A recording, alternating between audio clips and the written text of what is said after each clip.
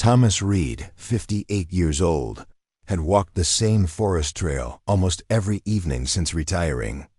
For him, it wasn't exercise. It was the only place where his mind stayed quiet. The tall pines, the soft crunch of old needles under his boots, and the steady breeze brushing through the branches gave him a sense of peace that nothing else did. That evening felt no different. The sun sat low, slipping between the trees in long golden lines. Thomas kept the same slow pace he always used, hands in his jacket pockets, shoulders relaxed, breathing steady. He liked the forest at this hour. It felt older, wiser, calmer. But halfway down the trail, he stopped. Something was off. The usual birdsong was gone. No distant woodpecker. No rustle of deer in the brush. Even the wind seemed to pull back, leaving only a heavy stillness behind. Thomas stood quietly, listening. Years of tracking had taught him to trust silence more than noise. Silence meant something was wrong. He scanned the tree line.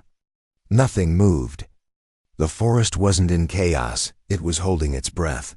He continued forward slowly, every step careful. His boots moved softly over the path, avoiding the dry branches that would snap underfoot. He didn't know what he was walking toward, but his instincts had started working on their own. Whatever had caused the animals to go quiet. It was close. Thomas adjusted his old backpack strap and kept walking, his heartbeat steady but alert. At his age, he didn't seek trouble.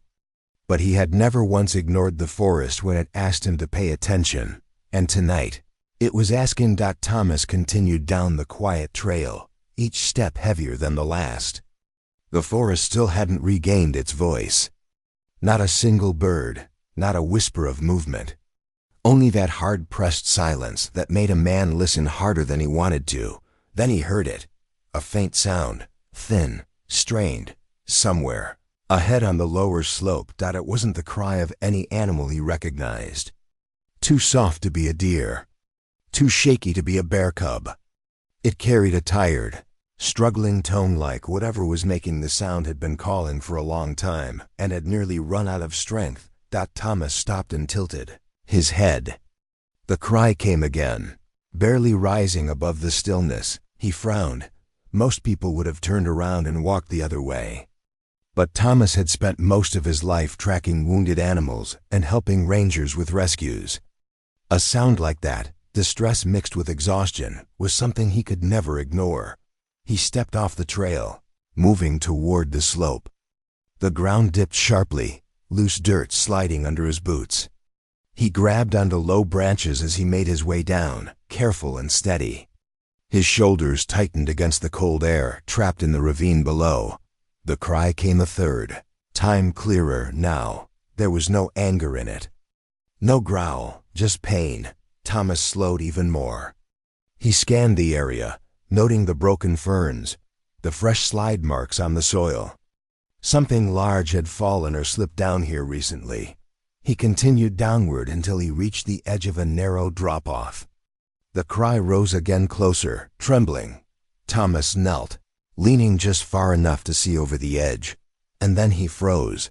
Down below, maybe 8 feet deep, was a pit. Not natural. Something had caved in the ground and left a rough hole lined with roots and loose stones. Inside, something large moved weakly, its breathing uneven. Thomas couldn't see it clearly yet. Only the shape. Wide shoulders. Thick fur matted with dirt. A hand massive trying to push against the wall but sliding back with no strength. The cry came again. Thomas exhaled slowly through his nose. He had heard stories for decades, like anyone who spent enough time in the wilderness. But standing here, listening to that sound, he knew this wasn't a legend. Whatever was down there was alive, real, and in trouble. He adjusted his footing and began searching for a safer way down the slope. Whatever waited in that pit needed help. And Thomas, like always, was the only man around to give it. Henry had seen many strange things in the woods over the years, but nothing prepared him for what happened as he stepped into the open clearing. The air felt heavy, as if the forest itself was holding its breath. pine needles lay undisturbed, and a pale morning light filtered through the tall trees, giving the place an almost solemn stillness. He took one more cautious step. That was when the massive shape emerged from the far side of the clearing, stumbling, staggering, fighting to stay upright. At first, Henry froze, unsure if his tired eyes were playing tricks on him. But then the figure moved again, slow and weak, and the truth settled heavily in his chest. A Bigfoot. Its fur, usually dark, thick, and bristling with strength, hung matted and dull. Every step looked painful. One hand pressed against its side, as if holding something inside. Its breathing was rough, uneven, each inhale sounding like it scraped against broken ribs. Henry didn't move. Not out of fear this time, but out of something else: concern, disbelief, and an instinct that told him whatever he was seeing wasn't a threat. The creature lifted its head. Their eyes met. It wasn't an animal's stare. It was the stare of something exhausted, something fading. The Bigfoot tried to take another step toward him, but its leg buckled. Its entire weight leaned forward, and before Henry could think, he rushed in and caught it. The impact nearly knocked him down. The creature was enormous, easily 8 feet tall, and built like a wall of muscle. But in that moment, it felt strangely light, as if life was slipping from it faster than its body could hold on. Henry lowered the creature gently to the ground. Its massive hand gripped his forearm with surprising care, not fighting, not resisting, almost seeking support. Blood seeped through the thick fur along its ribs, dark and warm. The wound looked deep, torn rather than cut, as though something had ripped into its side. Henry knew injuries. This wasn't from a fall. Something had attacked it. The creature's breathing grew shallower. Henry knelt beside it, unsure what to do. He had no weapons out, no reason to run, and no instinct telling him he was in danger. Instead, a strange calm settled over him, one he couldn't explain. The Bigfoot shifted slightly and released a soft, low sound, a sound that wasn't angry or wild. It was tired, almost pleading. Then, with shaking fingers, it did something Henry would remember for the rest of his life. The creature reached toward its chest, pulling aside a tangled patch of fur. Beneath it, tied with a piece of vine, was a small object, rounded and smooth, shaped by careful hands. The Bigfoot lifted it with trembling fingers, holding it out to him. Henry didn't understand. Not yet, but he knew this was important. The creature pressed the object into his palm, and its arm fell limp. Its breaths grew weaker. Its eyes stayed on him, waiting, trusting, hoping he would understand what its final act meant. For a long moment, Henry didn't move. The weight of the object in his hand felt heavier than it should have, smooth, cool, shaped with intention. He slowly uncurled his fingers and looked at it. It was a small carving made from river stone. The shape was simple yet unmistakable, a tiny figure, curled as if sleeping. An infant. Henry's heart tightened. He looked back at the Bigfoot lying beside him. Its breaths were shallow now, spaced far apart. The creature wasn't fighting to survive anymore. It was holding on just long enough to pass this carving to him. There was meaning here. There was purpose.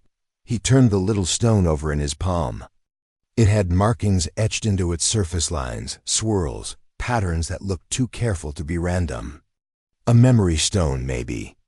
A token of something precious. Something lost. Henry swallowed hard. A soft rustling made him glance back at the creature. Its chest rose once, then slowly fell. It was failing. And yet, even in its final moments, it watched him, not with fear or desperation, but with an expression he could only describe as pleading. It wanted him to do something. Henry didn't speak. He knew his voice wouldn't carry any meaning to a creature like this. Instead, he closed his fingers gently around the stone and nodded. A simple gesture, but it seemed to settle something in the Bigfoot's fading gaze. The creature relaxed, its massive hand resting in the pine needles. The forest remained silent around them. No birds, no wind, Just the slow, weakening breaths of a being that had come to him not for help, but for trust. Henry lowered his head, realizing he had just been given something sacred, something he didn't yet understand, but knew he couldn't ignore. Henry shifted closer as the creature's breathing grew weaker. Every rise of its chest seemed slower, heavier, as if the forest itself was counting down the moments left. Henry didn't know what else he could do. The creature wasn't wounded in a way he could treat. It wasn't trapped anymore. It was simply reaching the end. The Bigfoot's eyes moved toward Henry again. Faint, unfocused, yet still holding that same silent plea, Henry rested a hand gently on the creature's forearm.